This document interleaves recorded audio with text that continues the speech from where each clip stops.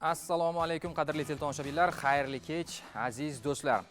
Bir haftadan so'ng siz bilan chorshanba oqshomida yana uchrashib turibmiz va bugun ham gaplashadigan mavzularimiz ko'p. O'tgan hafta anons qilganimizdek, Yevropa futboliga asosiy e'tiborimizni qaratamiz, chunki seshanba va chorshanba oqshomida Ko'hna qit'ada Yevropa Chempionlar Ligasi yarim final uchrashuvlari bo'lib o'tishi kerak. Ya'ni yarim finalning birinchi uchrashuvlari kecha biri bo'lib o'tdi, bugun yana ikkinchisi bo'lib o'tadi. Mana shu oraliqda siz bilan ko'rishyapmiz. Ya'ni birining natijasini bilamiz, ikkinchisini esa hali bilmaymiz, lekin undan avval bildirilgan fikrlar, jamoalarning holati har holda bizga ma'lum. Umuman aprel oyidagi so'nggi efirimiz, mana shu oyning eng oxirgi kunida siz bilan uchrashib turibmiz. Men o'ylaymanki, bu yog'i endi may hal qiluvchi Chempionlar Ligasi uchun va ligalar uchun ham endi to'g'ri. O'zi aksar ligalarda hammasi ma'lum bo'ldi. Top 5 nazarda tutyapman. Faqatgina shu Ispaniya chempionati qoldi va unda ham sekin-astalik bilan o'sha mana may oyida qiziqarli uchrashuvlar reja qilingan, klassiko nazarda tutayotganini menimcha hamma tushunadi.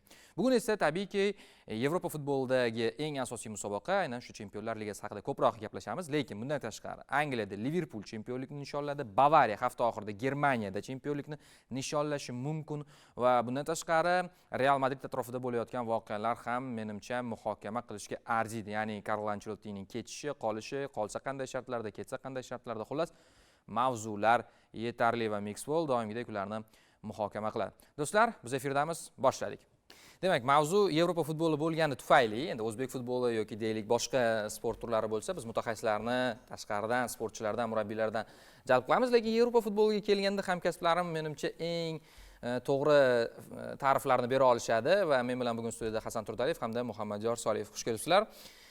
Tezda mavzuga o'tganimiz ma'qul, chunki juda ham sanoqli bo'lsa-da mavzularimiz katta meni nazarimda. Kecha masalan o'sha demak Londonda bo'lib o'tgan uchrashuv va shundan boshlasak bo'laveradi. Chempionlar Ligasi yarim finalida 4 ta klub, bu demak Arsenal, Paris Saint-Germain hamda Barcelona, Inter jamoalari va birinchi yarim finalni ko'rdik. Kutilmalar bor edi, Hasan aka, mana o'yindan avvalgi jamoalarning holati haqidagi kutilmalar va bu kutilmalar hakamning xushdagi chalinishi bilan yo tasdig'ini topadi yo parchalanadi. Sizda qanday bo'ldi?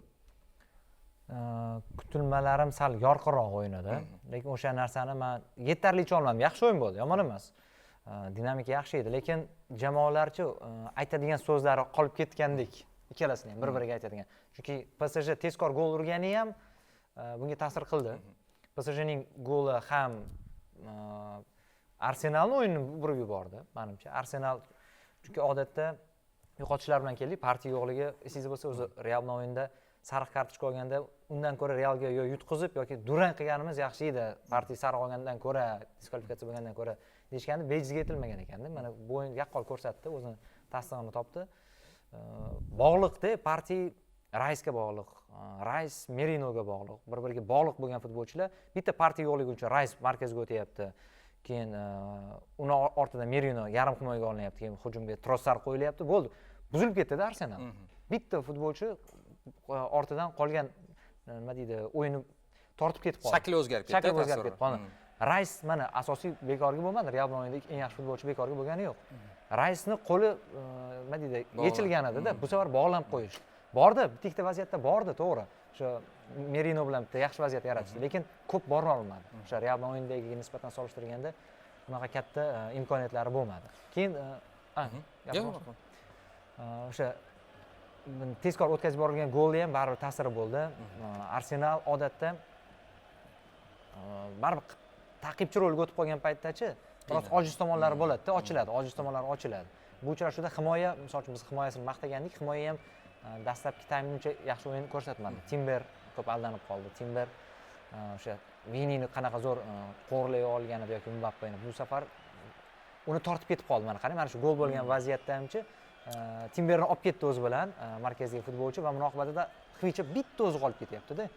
Xvicha lekin alohida e'tirof etishga arziydigan futbolchi. Muhammadyor, sizda umumiy oladigan bo'lsak, bu uchrashuvdan qanday taassurot qoldirdi? Mana shu gol yagona bo'lib qoldi, oldinga o'tib aytaman. Lekin baribir umumiy xulosalar bor. Mana Hasan akani tingladik, rejalari buzilib ketdi, Artetani dedik, lekin agar Enrike rakursdan qarasak-chi, siz PSJni baribir alohida kuzatyapsiz bu mavsumda. Xo'p, o'zi menimcha Paris Saint-Germain bu mavsum Angliyaning eng grandlari bilan o'ynab bo'ldi va g'alaba qozonib kelyapti-da. O'sha liga bosqichida eng muhim o'yinda balki Manchester City mag'lubiyatga uchratdi, bo'lmasam ligada qolib ketadi Paris Saint-Germain. Keyin Liverpool bilan bahsda u yerda yaqqol o'yin jihatdan yutdi. Shuning uchun ham chiqib keldi va Bu Aston bahsda Villa ham ham. ha, Aston Villa ham 4-jamoasi ham va bu bahsda tezkor gol xuddi Arsenal kabi Paris Saint-Germainga ham baribir ta'sir qildi. Chunki eslasak, o'sha Liverpool bilan Parijdagi bahsda to'liq 90 daqiqa ustunlik qilgandi-yu, o'shanda gol yetmagandi. Ya'ni men o'ylaymanki, Paris Saint-Germain hisobni ochganda Liverpool ortiq bunaqa himoyalanib o'ynamasdi. Va mana bu bahsda ham agar ko'pchilik aytayapti, Arsenal aslida yomon emasdi, kecha ikkinchi taymda butkul zo'r o'ynab yubordi deb. Lekin o'ylaymanki 0-0 hisobi bo'lib turganda Paris Saint-Germain ham Arsenalga bunaqa birinchi raqamda o'ynash imkonini bermasdi. Chunki bu bahsga yetib kelish formasi nuqtai nazaridan Paris Saint-Germain yaxshiroq holatda edi baribir. Mana shu fikrga qo'shilaman. Rostdan ham Real Madridni turnirdan chiqarib yuborgan bo'lsa-da Arsenal chuqur hurmatni saqlagan holatda, ya'ni PSJning yo'li, PSJning holati, o'yini xavotirga solardi. Ya'ni agar Arsenal muxlislari bo'ladigan bo'lsa, ular tarafdan qaraydigan bo'lsak, chunki juda ham jiddiy raqib, ayniqsa o'sha Barselona va har ikkisi alohida olib tilga olinayotgan. Menimcha juda ko'p ro'yxatlarda o'sha Optaning ham hisob kitoblarini ko'radigan bo'lsak, mashhur resurs, mana shunday statistik ma'lumotlarni jamlab, hatto shu sun'iy intellekt, ya'ni sun'iy tafakkur orqali ham hisob kitoblarni e'lon qilganida, o'shanda Paris Saint-Germain jamoasining imkoniyatlari ancha yuqori baholangan edi. Mana bu uchrashuvning o'ziga keladigan bo'lsak, juda ham oson boshladi. Dastlabki 20-25 daqiqa men nazarimda Enrikening o'zi kutgandan ham yaxshiroq o'yin ko'rsatdi jamoa. Golni ko'rdik. Undan tashqari yana vaziyatlar bo'ldi. Mana bu keyingi zarba ofsayd edi, lekin undan avvalgisini qaytardi. Mana shu, Douening zarbasi. Agar endi ichkariroqqa kirsak, PSG tomonidan kim o'yinni maydonda qilyapti? Yorqin ko'zga ko'rinayotganlar bu shubhasiz Dembele, Due, yosh futbolchi, menimcha Golden Boy'ni olsa kerak bu safar, chunki yoshi ham 19 yoshi, juda yosh va o'sha solishtiradigan bo'lsak, raqobatchilari bilan menimcha ko'rsatkichi ancha yaxshi, endi albatta natijaga ham bog'liq bo'ladi. Yana kimlar? Masalan, Xvicha zo'r qo'shildi. Zaxirasi ham bor. Vitiniyani aytishyapti va mana bu uchrashuvda shubhasiz Gigi Donnarumma, Gianluigi Donnarummaning o'yini menimcha o'yindan keyin yaxshi futbolchi sovrinini unga olib borib berdi-da, Vitiniya adashmasam. O'zi PSJda rostdan ham zaxira so'zini bekor ishlatmadi, to'g'ri, men qo'shilaman. Zaxira imkoniyati Arsenalda yo'q-da. Arsenalda tushgan futbolchilarni ko'radigan bo'lsak, o'yin kuchaytiradigan futbolchilar emas. Nvaneri bilan Ben White tushyapti. Bunday olib qaraganda charchagan futbolchini almashtirib berish mumkin, lekin o'yinni kuchaytiradigan futbolchilar emas-da ular. Bu yerda yosh iqtidorli o'sha Barkalay tushib bitta vaziyatda sal realizatsiya etishmadi yoki yana Ramushga yana bittasi bor-ku, markazda o'ynaydigan. O'tgan mavsum kashfiyot bo'lgan Zaire Emery. Ular baribir bu katta faktor hisoblanadi futbolda menimcha. Keyin Dembele ham fenomenal mavsum o'tkazyapti va uni alohida aytgan bo'lardim. Nega uni oltin to'p ro'yxatida umuman chiqarib tashlashgan, faqat Barselona futbolchilari turibdi? O'zi aslida qo'shsa bo'ladi. 2025-yilda eng ko'p gol urgan futbolchi faqat Gyökeres undan oldinda ekan. Va undan tashqari hozir u umuman boshqa darajaga chiqdi. Katta o'yinlarda bo'lyapti-da. Katta o'yinlar. Hamma Angliya jamoalariga qarshi o'yinlarda u katta rolni bajardi. Liverpool bilan o'yinda eslasak, keyin Aston Villa bilan o'yinda ham assistlar qildi. Gol ura olmadi, lekin juda ko'p narsa u orqali bo'ldi-da. Keyin Arsenaldachi, men esingizda bo'lsa, Yevroturda gaplashganimiz aytganim hujum, kreativlik bitta Sakaga bog'liq bo'lib qolganda. Bu yerda Due ikkinchi Neymar. Men Neymar yoshroq varianti, sal kuchsizroq varianti deb o'ylayman. Juda aqlli, driblingi zo'r, texnikasi zo'r. Endi Dembelega ta'rif hojat yo'q va Xvicha. 3tada, birdaniga 3ta. Bu yerda Sakani o'zi. To'g'ri. Martinelli o'yini qovushmadi.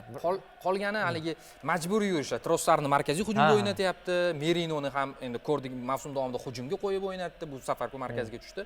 Bu fikrga qo'shilaman. Keyin hakamlik borasida kecha o'yin vaqtida hamma hamkasblarimiz o'sha o'zlarining Telegram kanallari, ya'ni o'sha bloglar orqali har xil fikrlarni bildirib turishdi. Sizlar qanday kuzatdingiz? Muhammadyor hakam qaror qabul qilganlar. Ikki tomonga ham penalti berishi mumkin edi adashmasam. Shunaqa vaziyat yuzaga keldi. Ikkalasida ham bermadi. O'zi El Clasicoga o'xshashda bu yerning vaziyati. Ya'ni xatolar bir tomonga bo'lsa tanqid qilish mumkin-da. Endi ikki tomonga xato qilish bu yaxshi. Xatomidi o'sha vaziyatlarda? Tortarmidi penaltiga? Bersa bo'lardi deb hisoblaysizmi? O'zi hakamlar tomonidan 50-50 degan ta'rif bor. Shunaqa desa bo'ladi. O'z so'nggi yillarda ko'ryapmiz, u katta o'yinlarda VARga ishonib ba'zida buzib qo'yilmayapti ham holatlar. Va VARda bilmadim, ko'rgandan keyin hakamlarda shunaqa ta'sirot bormi? Ya'ni bermaslikka ko'proq qidiradimi deb o'ylayman. Ya'ni o'yinni buzmaslik uchun maksimal harakat qilib ko'rishadi. Keyin bu uchrashuvda yana bitta jihat ko'zga tashlandi. Bugun qaysidir hamkasbimiz to'g'ri jumlani ishlatdi, ya'ni Paris Saint-Germainda sekin yuguradigan futbolchini o'zi yo'q ekan deb. Ya'ni qanotlar, Nuno Mendes, Hakimi, endi ularning oldida turgan futbolchilar juda ham tezkor. Mana bu gol ofsayd tufayli bekor qilindi. O'sha VAR G'alati kombinatsiya ishlatdi Arsenal. Endi Arsenalning standartlar quroli-ku. Hamma standarti xavfli chiqdi. Oyoq titrab turdi PSJni. O'zi o'yin oldi intervyusida berishganda, Enrikega aytishganda standartlarga tayyorlandingizmi desa, doimiy tayyorgarlik ko'rdik dedi. Hech qanaqa standart bekorga aytmagan ekanda. Qarang, standartlarda shunaqa xavf tug'dirdi. Ofsayddan urgan bo'lsa ham, lekin qolgan vaziyatlar ham standartdan xavfli chiqdi. Keyin markaziy nuqtada qo'pollik ishlatmaslikka maksimal urinishdi. Bitta vaziyatda standart bo'lib qolmasa. O'sha endi Declan Rice'ni o'sha Realga urilgan gollarni hamma eslaydi va o'sha vaziyatda bitta holatda futbolchi yiqildi, lekin hakam bergani yo'q. O'shanda berish kerak edi. Arsenal futbolchilari darhol qo'l ko'tarishdi va menimcha PSG muxlislari ham bir yuraklari shuv etgan, chunki o'sha vaziyatda agar belgilansa biz yana Rice'ni ko'rishimiz mumkin edi. Endi qanday ijro etardi kim biladi. Darvozabonlar o'yini shubhasiz. Mana bu eng zo'r sevlardan biri Trossardning imkoniyati adashmasam, barmoqning uchlari bilan. Rice bor edi shu yerda ham. Rice ko'tarilganda xavf bo'laverdi. Keyin Sakani o'zi yo'q joydan vaziyat qilishga harakat qildi. Qolgan shundan ham Rice mana. Boshqalarda shu narsa yetishmadi-da. Arsenalda misol uchun hujum tashkil etish uchun qurollar PSJniki bilan solishtirganda kamroq bo'lib qoldi. No pati deb yozishdi-yu, o'sha pati yo'q va bazm ham bo'lmaydi degan ma'noda, ya'ni Thomas Parteyning yo'q ekani o'sha boy eng avval siz to'g'ri ta'rif berdingiz, menimcha baribir hammasini domino effekti bilan buzib tashladi. Mana bu insonning rejalarini, ya'ni Mikel Artetaning. Xo'p, bu ortda qolgan o'yin 1-0 ga g'alaba qozondi. XG 1-1 ga yaqin bo'ldi. 2 ga yaqin ikkalasida ham bitta gol urdi Paris Saint-Germain, g'alaba qozondi. Darvozabon Donnarumma juda yaxshi o'ynadi va deylik Arsenal darvozaboni Raya ham yomon o'ynagani yo'q. Bu Barkalan imkoniyati. Foydalanib zaxiradan tushganlari ham baribir tezkor futbolchilar-da. Arsenalda unaqa zaxira yo'q-da. Men shuni deb ham ko'p qoqilyapti, chempionlik uchun kurashda ko'p shuni deb ham chiqib ketyapti. Arsenal. Kelajak haqida so'rasamchi, bir haftadan so'ng javob uchrashuvi Parijda o'tadi va ko'pchilik hozir PSJning imkoniyatlari ortib ketdi deyishyapti, chunki baribir endi bu tarafdan qarasak PSG bilan bir xil holatda, ya'ni Arsenal ham chempionatda masalan o'ynaydigan narsasi yo'q deyarli. Orada demoqchimanki, bir haftalik o'sha qandaydir ortiqcha yuklamadan aylanib o'tishi mumkin. Favorit yaqqol PSJga aylandimi? Savolni qisqaroq aytsam, Hasan. Agar siz bemalol javob bersangiz bo'ladi. Yo'q, men yaqqol deya olmayman. Yaqqol mana qaytadi. Murod akaning so'zi u. Partiya qaytadi baribir. Shuning uchun Arsenalda ham yana qurollar yana ishga tushishi mumkin. Yana bitta tomoni bor, lekin men baribir PSJning ozgina imkoniyati yuqori deb o'ylayman. Ham Arsenal qarang, shu paytgacha yarim finalda yutqizgandan keyin hech qachon comeback qila olmagan. Fakt bu. PSG safarda birinchi marta yutdi va PSG yutgandan keyin hozir hisobdan kelib chiqmay o'ynashi mumkin bemalol. Bu o'yinda Arsenal to'g'ri ikkinchi taym bosib tashlashi deyishyapti, lekin PSG ham qo'yib berdi-da. PSJning o'zi qarang, to'pni olib shunchaki o'zida ushlab turdi. Shunday qilib vaqt o'tkazishga harakat qildi. Men zaxirada imkoniyati borligini bilardim. PSG o'sha teskari bo'lganda hisob Arsenalni hozir pressingda qiynagan bo'lardi deb o'ylayman. Endi safarda bo'ladi o'yin va safarda bu zaxirasi bilan PSG baribir imkoniyati ko'proq menimcha. Muhammad Yosh, sizda qanday fikr bu borada? Hasannikidan biroz farqliroq, ya'ni katta foiz beraman Paris Saint-Germain ustunligiga, chunki bu yerda Arsenal, chunki ko'ryapmiz Arsenalda baribir hujumchi kerak bo'lgan nuqta. Bu uchrashuvda Arsenalga bitta yoki ikkita gol yetadi deb o'ylamayman, chunki Paris Saint-Germainning o'z uyida aniq bir kafolatlangan goli bo'ladi. Bunaqa hujum jamoasi bilan o'zi umuman so'nggi o'yinlarga qarasak Paris Saint-Germain golni uradi baribir. Shu nuqtai nazardan Arsenalga minimum 2 ta gol kerak desak va hujumchisiz, yakunlovchisiz o'yinchi bitta jihat bo'lishi mumkin Merino. Ya'ni u hujumga o'tadigan bo'lsa, ikkinchi qavatda rostdan zo'r o'ynaydi. Thomas Partey masalasi qaytadi.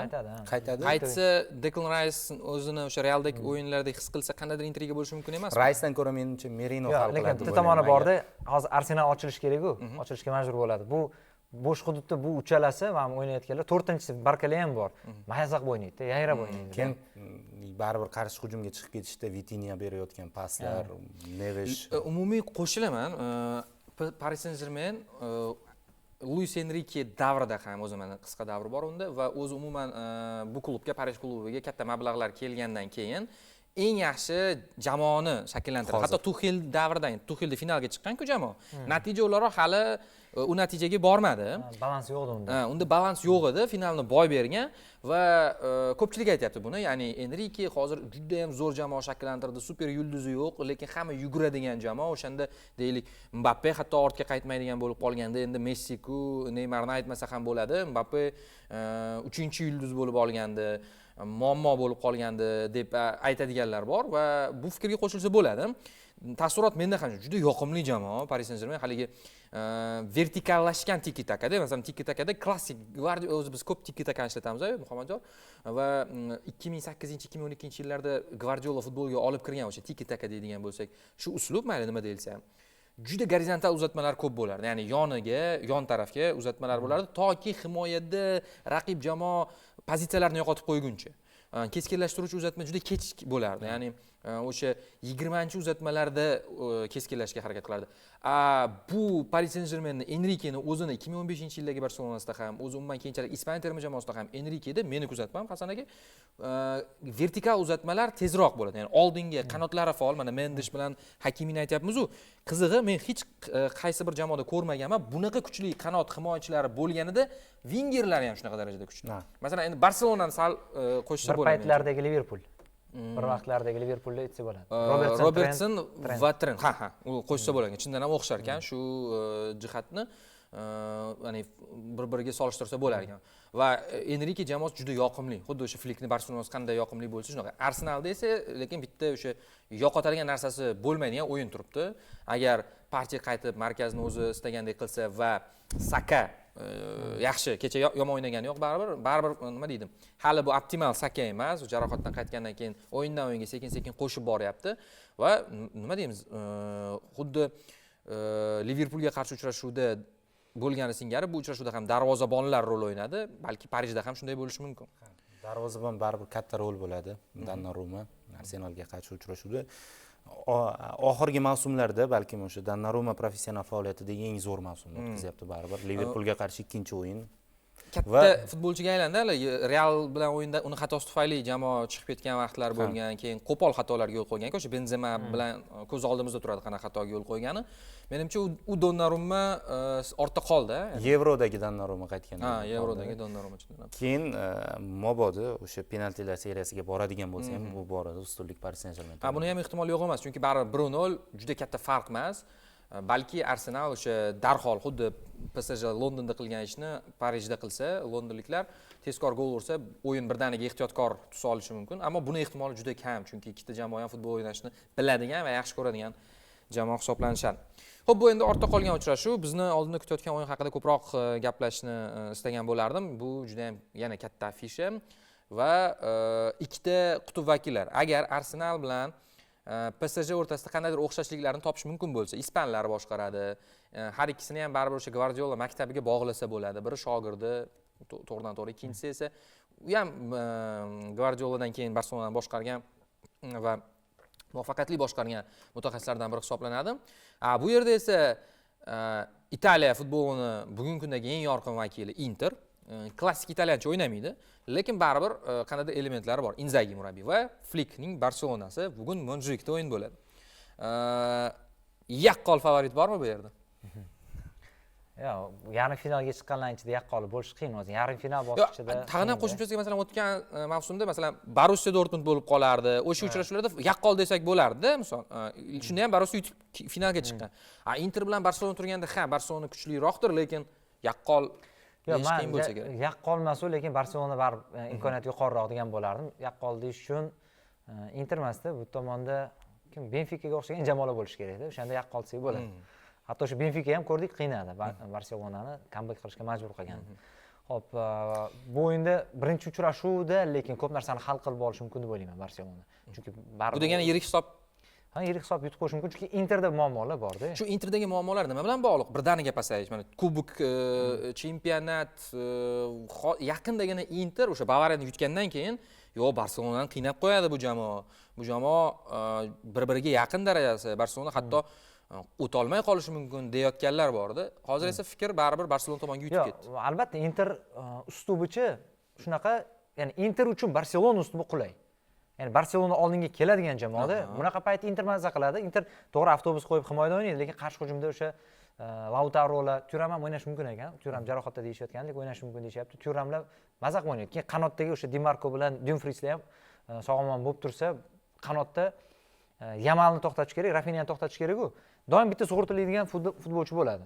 4 ta himoyachilik taktika bilan ularni ushlash qiyin-da. Ularda 5 ta bo'lgan paytda o'shaning uchun Yamallarni ham sal zararsizlantirish yo'li topilishi mumkin. Biroq baribir Barselonada Yamal bunaqa formada bo'lib tursa, mana Atletico 5 ta himoyachi bo'lib o'ynadi. Joyga kelganda 6-futbolchi ham yordam kelganda ham foyda bermadi-yu. Agar o'shanaqa o'yinni ko'rsatsa Yamal yoki Rafinhalar qiyin. Bunaqa paytda qiyin. Inter hatto 5 kishi, 6 kishi bo'lib o'ynasa ham qiynaladi. hozir yana sxemaga kiramiz. Muhammadiyor, sizda favorit bormi? Menimcha bizda jamoalarning avvalgi uchrashuvlaridan kadrlar bor, ularni ko'rib bir yodga olib ham davom etsak bo'ladi. O'zi quradan keyin shu jamoalar tushganda menda favorit yo'q edi. 50-50 deb turganda. Chunki u paytdagi Inter bilan qaragandimda, hozirga keladigan bo'lsak, o'sha ketma-ket 3 mag'lubiyat Interda baribir fikrlarni biroz o'zgartirishi mumkin, lekin eslab ko'rdim, Inter 2 mavsumdan beri qachon formasi tushirishini ham hattoki biladi. O'sha chempionlikni qo'lga kiritganda bu mavsumda Napoli bir o'tib ketdi oldinga anchagina farq bilan. Shundan qayta olish menimcha Interda eng zo'r. Ya'ni bir o'sha tushish jarayoniga kelib qoladigan bo'lsa, davom etib ketmaydi bu. Tez qaytib oladi, jamoa o'zgaruvchan juda ham va bu jamoaning eng katta ustunligi baribir qarshi hujumga tez o'tib keta olishi deb o'ylayman. O'zi bu mavsumda Chempionlar Ligasida eng ko'p aylangan roliklardan biri o'sha Barellani o'zini jarima maydonidan Lautaroni birga bir chiqarib yuborgan holati. Ya'ni Salaval esladiku, parallel tortdik o'sha Parijdagi uchrashuv. Arsenal bilan Paris Saint-Germain kelganda biz maqtasak ham hujum chizig'ini maqtayapmiz. Mana shu 4 jamoa orasida maqtashimiz mumkin bo'lgan, himoyasi bilan maqtashimiz mumkin bo'lgan bu jamoa bu Inter. Boya Hasan aka o'sha Rafinha, Yamallarni aytayotganda xayolimga agar Inter ularni bloklab qo'ysa, o'zini 3 markaziy himoyachi qanot futbolchilari bilan Barselonadagi boshqa qurollar, endi Lewandowski yordam bera olmaydi va uni ortida, endi to'g'risi ham formasi yomon emas. Klassikoda ko'rdik, baribir muhim golni urdi va Barselona moslashdi to'g'risi bilan o'ynashga qisqa vaqt ichida. Lekin bir futbolchi bor, hozir nihoyat oltin to'p ro'yxatida u 3-o'ringa ko'tarilibdi. Pedri.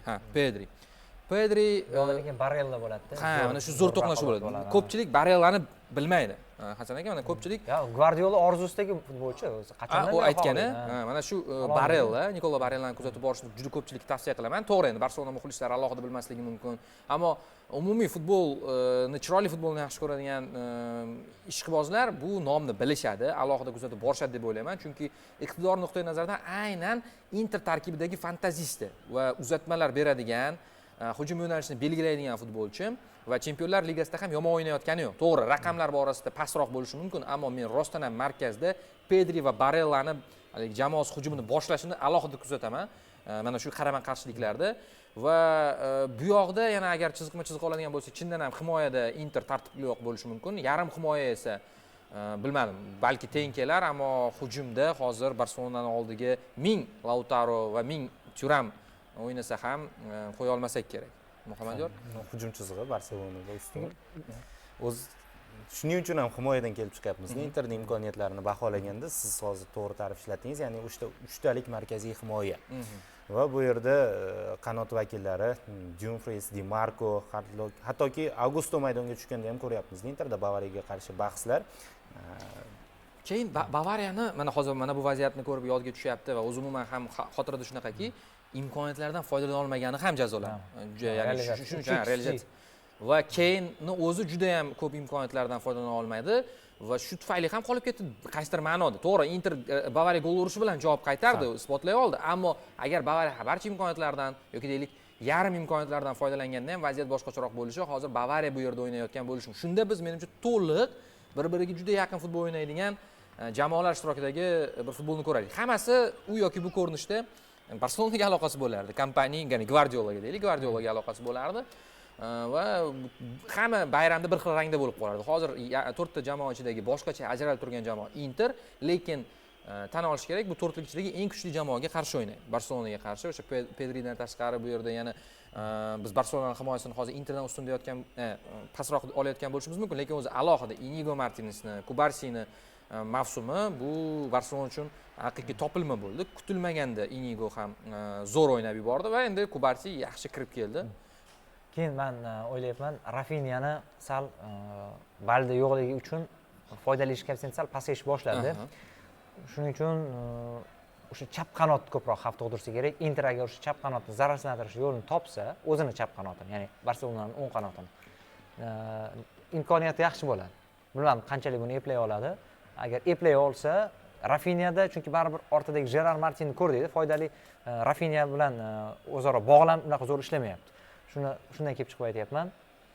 Va buning evaziga ko'proq chap qanotni zararsizlantirsa, ancha Barselonada ham qiyinchilik yuzaga kelishi mumkin. Qiziq jihati Rafinha bu o'yinlarda va o'zimning oldindagi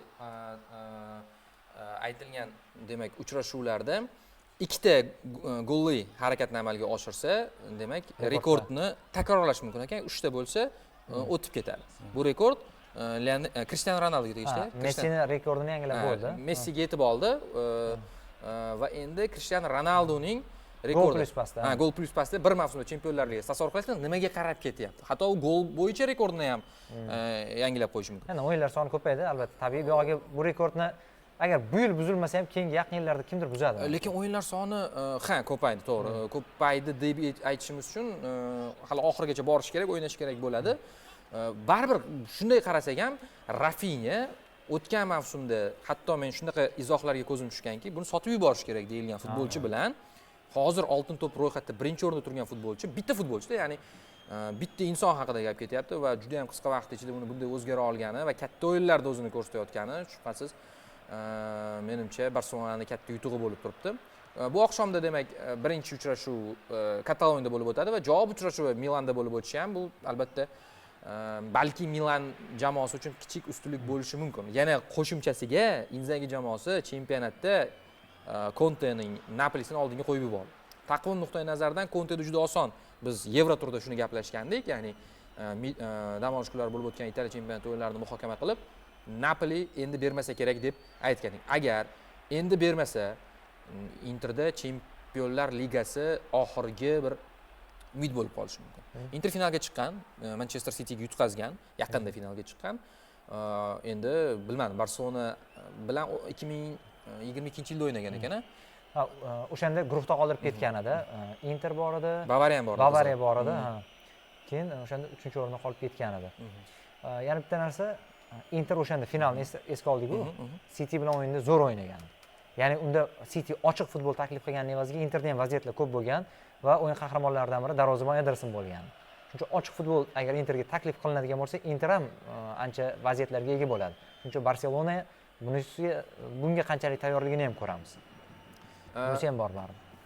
Barselonaning barcha tomonlama olib qaraydigan bo'lsak, vaziyati ancha yaxshi. Ya'ni natijalarni nazarda tutyapman. Kubokda g'alaba qozondi Real ustidan.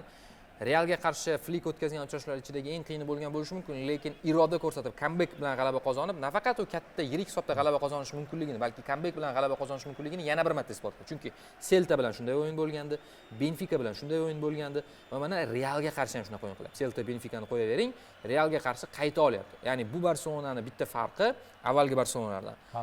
Hatto Flickni o'zini mavsumning birinchi qismidagi Barselonasidan farqi. Bu bolalar, bu yigitlar, bu futbolchilar hisobda ortda qolayotsa sinib qolmayotgan. Irodasi kuchli. Chindan ham yosh bo'lishiga qaramasdan irodasi kuchli. Hatto Flick, biz Flickni bu ta'sir deyapmiz-ku, Flickni o'zi ham intervyuda aytdi, men ham hayronman dedi. Ya'ni bu o'z so'zlari bilan aytdi bu narsani. Men ham hayronman, bu qanday qilib oxirgi daqiqalarda bunaqa kuch topib biz xarakter ko'rsata olayotganimizga o'zim ham hayronman dedi. Siz bu uchrashuvdayoq hal qilishi mumkin degan bir sal shunga yaqin fikrni aytdingiz. Birinchi golni tezroq urib olsa Barsa, menimcha imkoniyat ancha oshib ketadi. Lekin birinchi gol agar Inter tomonidan urilsa yoki yaqin orada gol urilmasa, masalan uchun kichikroq hisobni yoki 0-0 bilan borib olsa, Inter javob o'yini. Ya'ni unda Inter qiyinlashi mumkin. Lekin kamda ehtimol. Modellashtirsak siz qanday ko'ryapsiz? Masalan, deylik, mana hozir Hasan aka turli versiyalarni, talqinlarni ko'rib, taxmin qilib ko'rdi. Deylik, bu uchrashuv qanday rivojlanadi deb o'ylaysiz? Shubhasiz mezbon sifatida Barselona hujum bilan faol boshlasa kerak. Hatto Milanni ham shunday boshlasa kerak. Barselona qarab o'tirmaydi lokatsiyaga. Siz qanday o'yin jarayonini kutyapsiz? Qiyin bo'ladi baribir tezkor golni urib olish. Chunki Barselonani bu mavsumda ochko yo'qotgan o'yinlariga qarasak, hammasi zich himoyalangan jamoalarda. Shuning uchun o'sha zich himoyalangan jamoalarning eng yuqori nuqtasi menimcha Inter. hozir hattoki zo'r o'yini bilan Paris Saint-Germain shu uchrashuvga yetib kelganda Barselonani favoritligi balkim yuqoriroq bo'lardi. Uslublar nuqtai nazaridan.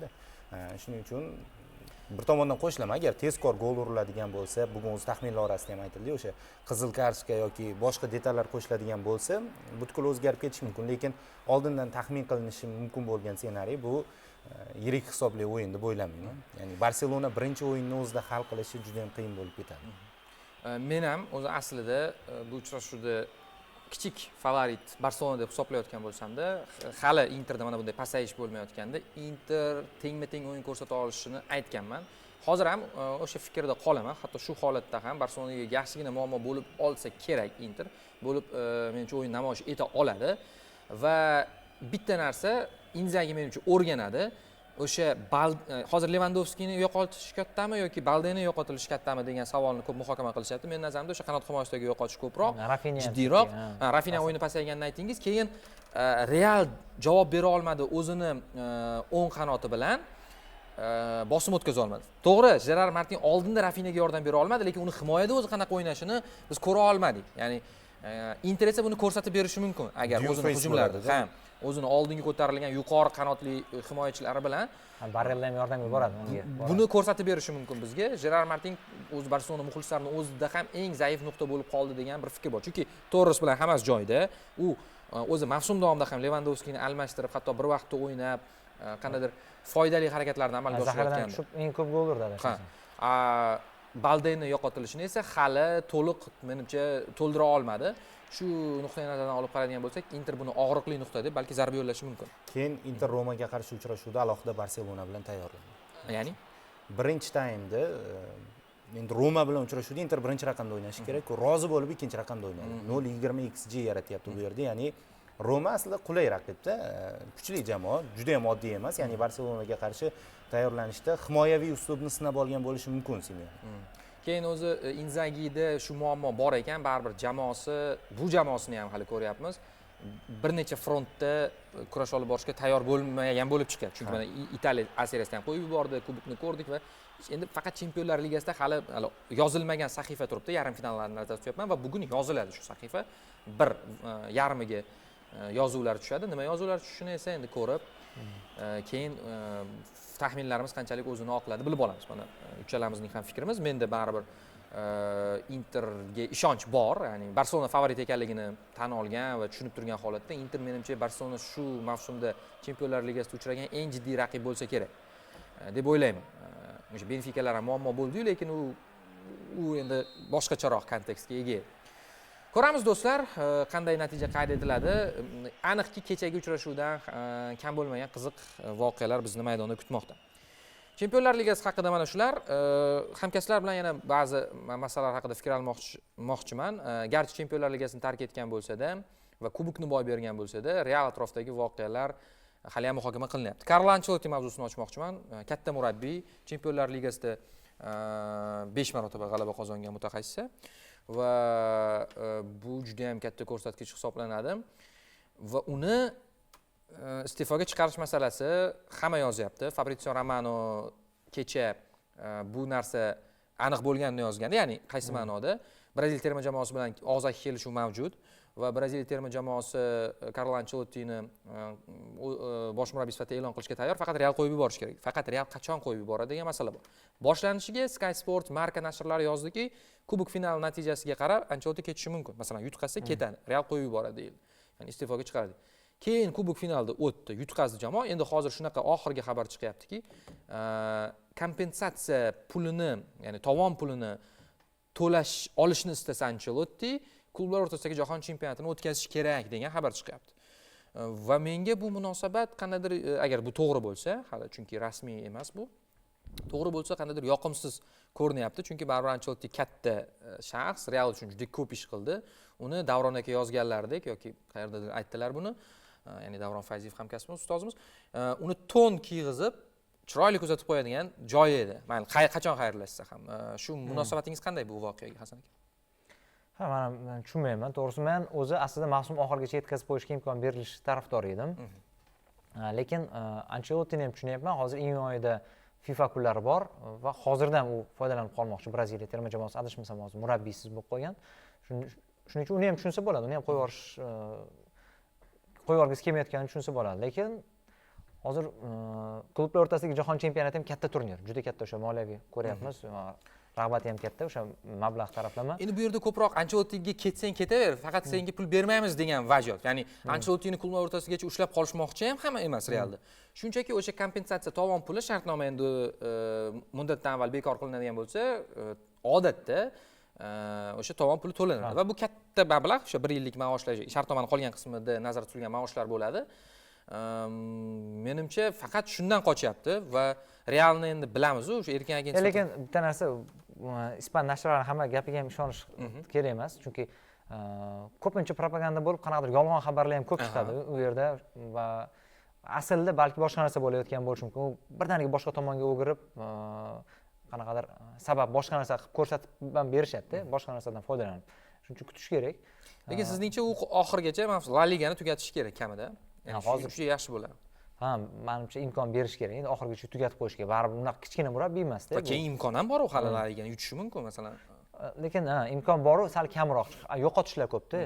Ha, hozir total yo'qotishlar. Qizil kartochkalar ko'payib ketadi. Jarohat, himoya umuman qolmadi. Himoyachi qolmadi. Rudiger ya'ni jarrohlik amaliyoti o'tkazadi va undan tashqari diskvalifikatsiyasi ham bor. Mendy ham safdan chiqdi. U ham mavsum tugadi u uchun, adashmasam. Va Alaba safdan chiqdi. Endi undan avval Carvajal yo'q edi. Vasquez qizil. Vasquez qizil. Shunda himoyachi Asensio qolyapti faqat. Tushadi, boshqa o'ynaydi. Tchouameni o'ynaydi majbur, u himoyachiga aylanib qoldi. Valverde ham o'ynaydi majbur, Kamavinga ham o'ynaydi majbur. Shunaqa bo'lyaptimi? Shunaqa. Muhammadjon, Ancelotti mavzusini qanday ko'ryapsiz, kuzatyapsiz? Xo'p, o'zi boshida aytilgan fikr bor, shu kompensatsiya masalalari o'z-o'zidan kelib chiqmadi. Bu Xabi Alonsoga ham bog'liq deb o'ylayman.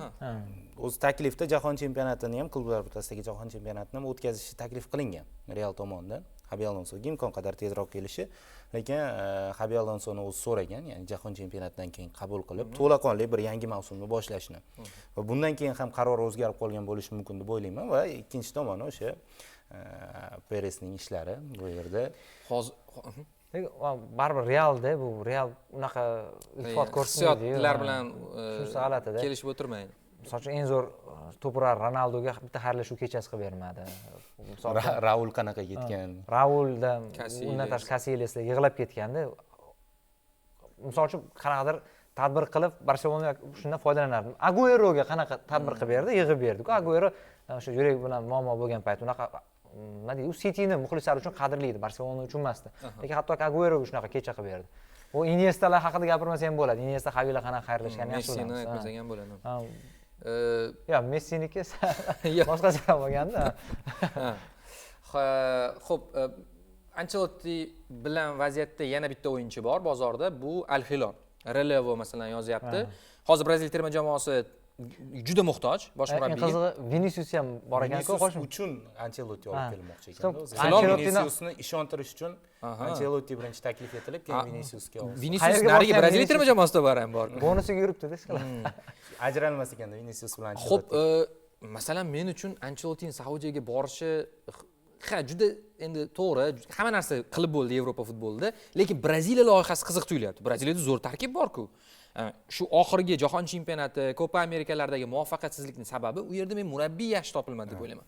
Chunki tarkib men o'ylayman o'sha 2002-yil bilan ham kerak bo'lsa raqobat qiladi, nom yoki qandaydir mahorat. Lekin juda disbalans jamoa hozir. Ya'ni himoya kuchsiz-a juda. Qarang, yaxshi futbolchilar bor, lekin hammasi o'ziga tortadi-da. Qanaqadir bitta yaxlit jamoa emas-da. Shunga murabbiy kerak-da. Yo'q, mana shunga. Ancelotti aksincha erkinlik berib qo'yadigan murabbiyda. To'g'ri, bu balkim erkinlik kerak bu futbolchilarga. Hozir uni bitta qanaqadir baribir sal tizimga solish kerak, keyin erkinlik berish kerak-da. Hozir Braziliyada ishlagan murabbiylar oraliqda hammasi ko'pi asosan o'sha brazilcha futbol va tiki-taka tarafdorlari edi. Ya'ni nazorat va shunga o'xshagan ko'proq Ancelottiga ters bo'lgan taktika taraf. Hozir balki endi ular shunaqa to'xtamga kelishgandirki, Muhammad Yor aytmoqchi, erkinroq futbolchilarni o'ziga qo'yib beradigan Vinicius, Rodrigo, Enrik, Militao, Rafinha hammasi o'zi biladigan futbolchilar ko'p. Keyinchi Janubiy Amerika futbolida deyarli hamma jamoa, hattoki Argentinani o'zi ham Atleticoga o'xshab o'ynaydi. Deyarli hamma jamoa juda qo'pol. Qiynaladi Ancelotti demoqchisiz. Ancelotti eng qiynalgan jamoalar shu Atletico bo'ladi-da o'zi. Shuning uchun u qanaqadir bitta yaxshi g'oya bilan bormasa, taktika bilan bormasa, bu Braziliyada ko'p ushalib qolmasligi mumkin bu. Siz baribir Hilol variantiga Yo'q, ikkitasidan men Braziliyaga borish tarafdoriman, lekin qiynaladi demoqchiman u yerga borib. Hilol ham bejizga paydo bo'lgan variant emasda. Ya'ni? Saudiyada birinchi raqamli jamoa hozir Osiyo Chempionlar Ligasidan kecha chiqib ketdi. Ichki chempionatda chempion bo'lmasligi ma'lum. Ya'ni 800 million yevro deyilyapti-da bu yerda Viniciusga ketadigan pul, ya'ni uning maoshi, sotib olinish pullari bilan katta o'zgarish qilish uchun pulni ayamayapti-da baribir. Agar Ancelotti qanchalik qiziqadi bu mablag' masalasiga. Endi bu raqamlar Vinicius qiziqadi misol uchun. Ishga olishga menimcha hozir yaxshi imkoniyat bu. Ancelotti baribir to'g'ri, Braziliya kattaroq jamoa, lekin Ancelotti nazar tutyapsizmi? Men Vinicius deb o'ylayman. Vinicius Vinicius ham ketsa balki Realga bu hozir foydasi ham tegib ketishi mumkin, bilib bo'lmaydi. Vinicius Neymar shogirdida baribir Vinicius ham ketib qolishi mumkin. Vinicius yoshroq-ku demoqchiman men. Yo'q, zo'r, bu to'g'ri hozir Real muxlislariga gapim yoqmasligi mumkin, lekin Vinicius ketadigan bo'lsa-chi, Realga juda katta yordam berib ketgan bo'ladi. Balki yoqar muxlislariga, chunki Puliga xo'latdan olib kelinishi mumkin. Ham Mbappeni to'liq chapga o'tadi, qanaqadir baribir pressingga qaytmayapti-ku, ko'ryapmiz-ku. Ham Mbappe qaytmayapti, ham Vinicius qaytmayapti. Hozir bittasidan hech bo'lmasa nima deydi, ayriladi-da, sal kamayadi, ortga qaytmaydiganlar. Unda hisoblasak, chindan hozir Muhammad aytgan raqam va men ham bugun o'sha ko'rgan raqam 3 yillik shartnoma Ancelottiga 150 million yevrolik taklif qilinayotgan ekan. Ya'ni taklif tayyor turibdi deyilyapti. Faqat u yerda endi mana shu Braziliya terma jamoasi, Real va Hilol juda ham bir-biri bilan menimcha hozir qandaydir Madridda muzokaralar kechyapti deb o'ylayman men, aniq. Va juda ham qiziq yakun bo'ladi. Nima bo'ladi? Birga oxirida Perez sotib olishi ham mumkin-da Ancelotti. Pullab olishi ham albatta nimadir Perez o'rtada turib bo'lganda hamma narsa yuz berishi mumkin va qo'shib hisoblasak rasmiy emas bu raqamlar. Odatda bu raqamlar rasmiy e'lon qilinmaydi, lekin nashrlar Insight'ga tayanib beradi. Mana Saudiya klubi 1 milliard ikkita shaxsga sarflashga tayyor turibdi. Bu juda ham haligi ostin-ustun qilib yuboradigan raqamlar bozorni, futbol bozorini va bilmadim endi men uchun Saudiya futboli mana 2022-yil Jahon chempionatidan keyin mana shu bum boshlangan bo'lsa, Cristiano Ronaldo bilan birgalikda. Ronaldo gap so'z bo'lishi mumkin emas, lekin Ronaldo o'zi bilan yuribdi-da. Ya'ni o'zini rekordlari bilan yuribdi. Keyin yana bitta narsa, Saudiyada biror bir braziliyalik futbolchi zo'r bo'lib ketgani yo'q-da. Bunisi ham bordi, mana Neymar bordi yoki bo'lmasa kim Malcom bor. Malcom to'g'ri yaxshi o'ynayapti, lekin to'praklar ro'yxatida Mitrovic Ronaldo yuribdi-da, ya'ni Yevropa qit'asi vakillari yuribdi-da. Braziliyaliklar yoki baribir borgandan keyin dam olish uchun boradi, pul ishlash uchun boradi ko'proq. Bu fikrga to'liq qo'shilaman. Endi Viniciusga men juda erta. Agar Ancelottini tushunaman, borsa, hamma narsani yutib bo'lgan, Braziliya bilan agar kelisha olmasa va bu yerga keladigan bo'lsa, Braziliyani qiyin deb bilib bu yerga kelsa, unga umuman e'tiroz qandaydir boshqacha qarash menda bo'lmaydi shaxsan. Lekin Vinicius hozir mayli Realdan ketish kerakdir, lekin Saudiyaga ketadigan bo'lsa, 25 yosh, to'g'rimi? 2000-yil-ku ham. Hali oltin to'p oldi. Hali oltin to'p olish imkoniyati bor. Mayli Realda balki muammo bo'layotgandir. Hali bu noma'lum. Masalan, Xabi Alonso keladigan bo'lsa yoki qaysidir Klopp keladigan bo'lsa, kimdir kelajakda. Bu muammoni yetsa-chi Mbappe bilan. Bo'lishi mumkin. Keyin Perezga munosabati juda ham yaxshi. Vinicius bilan, chunki o'zi kashf qilgan futbolchi bu. Vinicius yoshligidan olib kelib, biz o'sha tanqid qilib bergan paytimizda ishongan inson Perez o'zi bunga. Va shuning uchun osonlikcha berib qo'ymaydi Vinicius menimcha. Osonlikcha bermaydi, arzonga bermaydi demoqchilar. Yo'q, ham bu tarafi bor, ham nimadir sabab bo'lmasa, katta sabab, pul, chunki pulga qarab qolgan joyi yo'q-da jamoani. Nimadir sababi ham bo'lishi kerak. Qanaqadir murabbiy kelib yo uni ishontirish kerak. Vinicius siz ham bizda yaxshi tarkib bor, qanaqadir Vinicius sotganimiz yaxshi deb qanaqadir ishontira olsa keladigan murabbiy. Shunda balki. Keyin yana bitta narsa, terma jamoalarda agar Ancelotti Braziliyaga boradigan bo'lsa, qani Tuchel ishlayapti Angliyada yoki bu yerda Nagelsmann bor. Ajoyib bo'ladi. Zo'r klublar futbol ko'chib o'tdi. Guardiola o'tib qolishi mumkin yaqinda aytdi. Terma jamoada ishlash niyati borligini aytdi-da. Yo, niyat bor, unda qayerda bo'lishi mumkin? Masalan, taxmin bilmadim, men Ispaniya Braziliya bor edi. Ispaniya De La Fuentes. De La Fuente sizdan keyin balki keyingi murabbiy bo'lishi qiziq bo'lardi, lekin masalan, men ham Guardiola o'zimga klublarda nom chiqargan murabbiylar. Keyin Portugaliyaga Mourinho borishi mumkin deyapti. Dahshat bo'ladi, klublardagi murabbiylar terma jamoa. Mourinho dahshat bo'lmasa kerak ekan. Yo'q, u o'yini zo'r bo'lmasligi mumkin, lekin yondirib beradi-da. Ha, o'zi shaxs sifatida rostdan ham agar bu hammasi AQSh, Meksika hamda Kanadada bo'lib o'tgan jahon chempionati yig'ilib qolsa bormi, bu haqiqiy tomoshaga aylanib ketadi. Ancelotti Real Madrid atrofidagi mavzuni yopsak bo'ladi. Kuzatamiz, juda qiziq. Real o'zi Chempionlar Ligasidan chiqib ketdi go'yo. Ya'ni aniq chiqib ketdi. Kubokni boy berdi, faqatgina La Ligada kurashda, ammo mana bu atrofdagi voqealar bilan qizitib beryapti. Chunki hozir Realdagi o'zgarishlar uncha-muncha bo'lib o'tadigan Real o'yinlardan ko'ra ko'pchilikni e'tibor markazida bo'lib turibdi. O'tgan haftada bo'lib o'tgan yana bitta katta voqea bor. Bu oxirgi mavzuyimiz. Bu Liverpulning 20-tituli yoki Angliya Premyer Ligasidagi 2-titul. Muhammadyor, bu qanaqa qaysi rakursdan qaraysiz? Ikkinchi titul bo'lsa yo'q, rostdan ham Liverpulning o'sha so'nggi g'alabalarini ko'radigan bo'lsak, bu mavsum aytilyapti-yu, raqobatchilarning yomon o'yini natijasiga yoki o'sha 97 ochko bilan klub chempion bo'la olmagan mavsum. Endi so'nggi turda bo'lganda 97 ochko va u yergacha borgan. Liverpul chempionlik kurashda borgan. Hozir ancha oldindan deyarli ma'lum bo'ldi, kurashdan chiqqani. Bundan keyin yo'qotilgan ochkolar baribir o'sha konsentratsiya yo'qligiga sabab. Orada bir davr bo'ldi-yu, klubni o'sha statistikasini takrorladi. Bitta mag'lubiyat bilan uzoq vaqt bordi-yu. O'sha payt klub bilan teng edi deyarli statistikasi. O'zi demoqchi bo'lganim ham shu, ya'ni Arsenal hozirgacha chempionlikni yoki City kurashni taklif etayotgan bo'lganda ochkolar Liverpulni o'ylamanki anchagina yaxshiroq bo'lardi.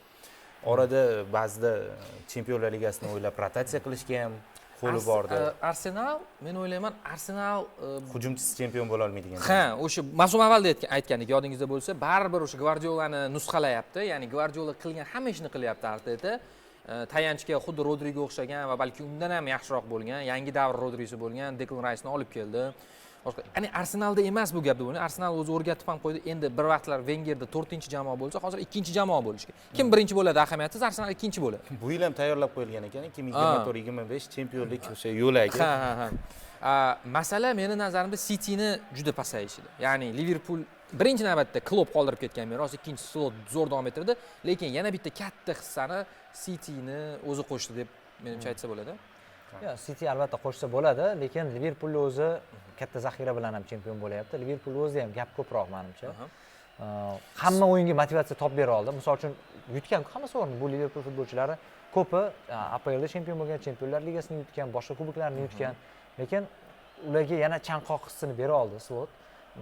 Qanaqadir misol uchun Salahlar yana ikkinchi yoshligini o'tashni boshladi. Nega treble qila olmadi jamoa? Yo'q, orada o'sha bitta hatto quadruple qilish mumkin edi. Pasayish davri bo'lib qoldi. Hamma jamoada bo'ldi. Nima bilan bog'liq shu? Noto'g'ri paytda bo'ldi. Ya'ni juda muhim pallada. Final jarohatlar bo'lmadi, to'g'rimi? Jarohat yo'q. Birdaniga Salahni o'sha o'yinlarda biz yo'qotib qo'ydik. Bu biz o'sha vaqtda Rafinyadan tepa bo'lsa tepa ediki, haligi birinchi o'rinda. Oltin to'p ro'yxatda. Ya'ni oltin to'pni biz nega ko'p aytamiz?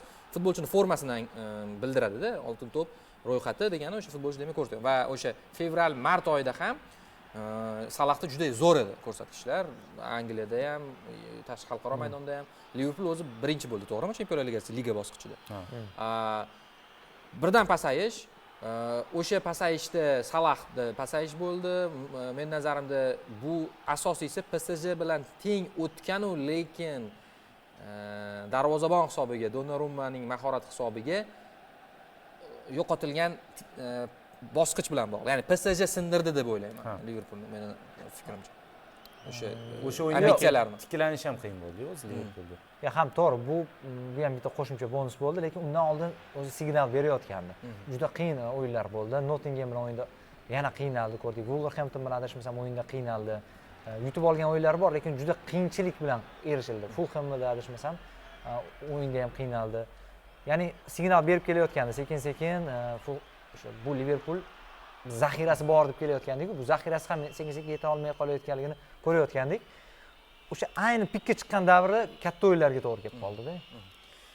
Arne Slot elit murabbiylar qatoriga bu mavsumdan keyin qo'shildimi? Elit deganda mana hozir bemalol deylik, keyingi mavsumda ham Gvardiola bilan, Arteta bilan Angliya chempionatida bahslasha oladigan, xalqaro maydonda esa Flick, Realda kim bo'lsa o'sha murabbiy yoki mana Italiya klublari, Germaniyada kompaniya, mana shunaqa top murabbiylar qatoriga qo'sha olamizmi? Nima qo'shdiki, u Liverpulni birinchidan buzib qo'ymaydi, ikkinchidan mana chempion qilyapti Muhammadjon. Nima deysiz? Bemalol qo'sha olamiz, chunki boshqa murabbiylar, yangi kelgan murabbiylardan farqli ravishda Arne Slot birorta bir o'yinchi sotib olgani yo'q. Deyarli asosiy tarkibga olmadi. Kezalar ular to'g'ri qo'shilmaydi.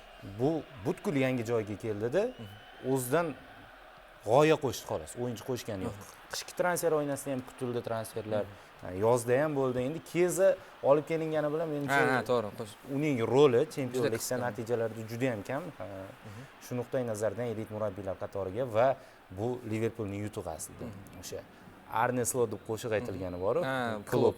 O'shandayoq ma'lum bo'lingan, ya'ni bu jamoaga ancha vaqt o'ylanib, klubning menimcha taklifi bilan, klubning ko'rsatmalari bilan tanlangan murabbiy ekanligi. Ya'ni klubni o'zi mavsum davomida murabbiy o'rinbosar qidirgan. Hozir Ranieri Romada murabbiy qidiryapti o'zini o'rniga. Shunaqa holat bo'lgan deb o'ylayman va eng zo'rini topgan. Murabbiylar biladi-ku o'zini g'oyasini davom ettira oladigan nomni. Ikkinchi yana bitta tomoni bor. Misol uchun Barselonada Xavi keldi, avval murabbiylarda Kuman keldi, o'sha klubni afsonalari keldi-yu. Ungacha bosim ham kuchli-da. Liverpuldachi shu narsa kamroq. Angliya ingliz matbuoti bosim qilishi mumkin murabbiylarga. Lekin klubni o'zi qabul qilishi zo'r. Yodingizda jir kesin, jir kelish mumkin. Alonso o'shalar talab qilingandi rostdan ham. Lekin klub kutdi, birdaniga qanaqadir shoshqaloqlik qilmadi. Orada o'sha Nottinghamni yutqizib bo'lgan paytlarda ham hech qanaqa tanqid bo'lmadi. O'rgandi. O'sha har murabbiy o'sha intervyularda aytib keldi, bu jamoa bilan o'yin qiyin bo'ldi. Ya'ni o'z tajribasi hali endi birinchi mavsumligiga doim har gapida aytib keldi-da.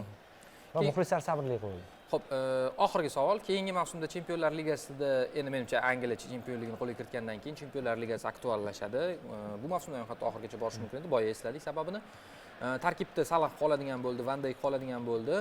Faqat Trent ketishi mumkin. Balki ko'p ehtimol ketadi. Alisson ham ketadi. Alisson ham ketadi. Demak, kuchaytirishi kerakmi bu Liverpul xalqaro maydonda muvaffaqiyatga erishish va Angliyada raqobatbardosh bo'lish uchun yoki shu jamoa asosida yana qursa bo'ladimi? Bir ikkita haligi yosh futbolchi. Asos qoldi, lekin kuchaytirish kerak. Hujumchi kerak, markaziy hujumchi. Aynan 9 lik Dias, Nunes ketadi. Nunes sotadi. O'sha Nunes o'rniga sal yaxshiroq, to'proq darajadagi bitta hujumchi olish kerak deb o'ylayman va himoyachi kerak. Kwansa to'g'ri ikkita o'yinda yordam berdi, lekin past darajali bilinib qolyapti-da. Kanate bilan Van Dijkdan bittasiga nimadir bo'ladigan bo'lsa qiynalyapti Liverpul. Orada Jo Gomes bor, lekin Jo Gomes ham o'zimda olib qarasak bilamiz, unaqa top darajada emas. Bir o'yini qo'shib qoladi, lekin baribir farq katta-da. Kanate Van Dijkning yonida tura olmaydi ular. Qanaqadir bu tomonni ham o'ylash kerak va albatta o'ng qanotga Trent o'rnida o'sha Bredli o'ynayapti, lekin Bredlidan boshqa variant yo'q. Orada ikkalasi ham yo'q bo'lib qolgan payt bo'ldi. Kvansani o'ynatdi. Kvansa umuman boshqa variantda. Unaqa yordam bera olmaydi qanotda.